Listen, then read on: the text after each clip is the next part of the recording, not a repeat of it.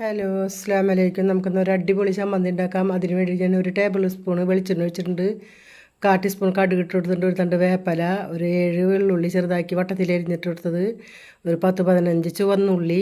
അത് ഞാൻ നന്നായിട്ട് വട്ടത്തിൽ എരിഞ്ഞിട്ട് നമുക്കിത് നന്നായിട്ടൊന്ന് മുരിച്ചെടുക്കാം. അതിന് ശേഷം 3 പച്ചമുളക് നീളത്തിൽ എരിഞ്ഞിട്ട് കൊടുത്തിട്ടുണ്ട്. ആവശ്യത്തിന് ഉപ്പിട്ട് കൊടുക്കുന്നുണ്ട്. അങ്ങനെ നമുക്കൊരു അടിപൊളി ഒരു പറ ചോറുണ്ണാൻ പറ്റിയൊരു ചമ്മന്തിയാണ് ഞാൻ ഉണ്ടാക്കുന്നത്. അത്ര അടിപൊളി ടേസ്റ്റുള്ള ചമ്മന്തിയാണ്. 1/4 ടീസ്പൂണ് മഞ്ഞൾപ്പൊടി ഇട്ട് കൊടുത്തിട്ടുണ്ട്. പിന്നെ ചില്ലി ഫ്ലക്സ് ഇട്ട് കൊടുത്തിട്ടുണ്ട്. മുളക് ചതച്ചത്. എന്നിട്ട് നമുക്ക് നന്നായിട്ട് മുരിയട്ടെ.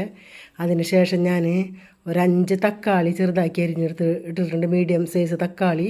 നമുക്ക് നന്നായിട്ടിത് ഒന്ന് ഇളക്കി കൊടുത്ത് കുറച്ച് നേരം ഒന്ന് മൂടി വെച്ച് കായത്തിൻ്റെ പൊടി ഇട്ട് കഴിഞ്ഞാൽ നമുക്കിത് റെഡിയാക്കി എടുക്കാം. ഒന്ന് തക്കാളി നുടഞ്ഞ് കിട്ടണം, അത്രയും മതി. അപ്പോൾ അടിപൊളി ചമ്മന്തിയാണ്. അപ്പോൾ എല്ലാവർക്കും ഇത് ട്രൈ ചെയ്യുക. ചോറിനോ ചപ്പാത്തിക്കോ പൂരിക്കൊക്കെ കൂട്ടി കഴിക്കാൻ പറ്റിയ അടിപൊളി ഒരു ചമ്മന്തിയാണ്.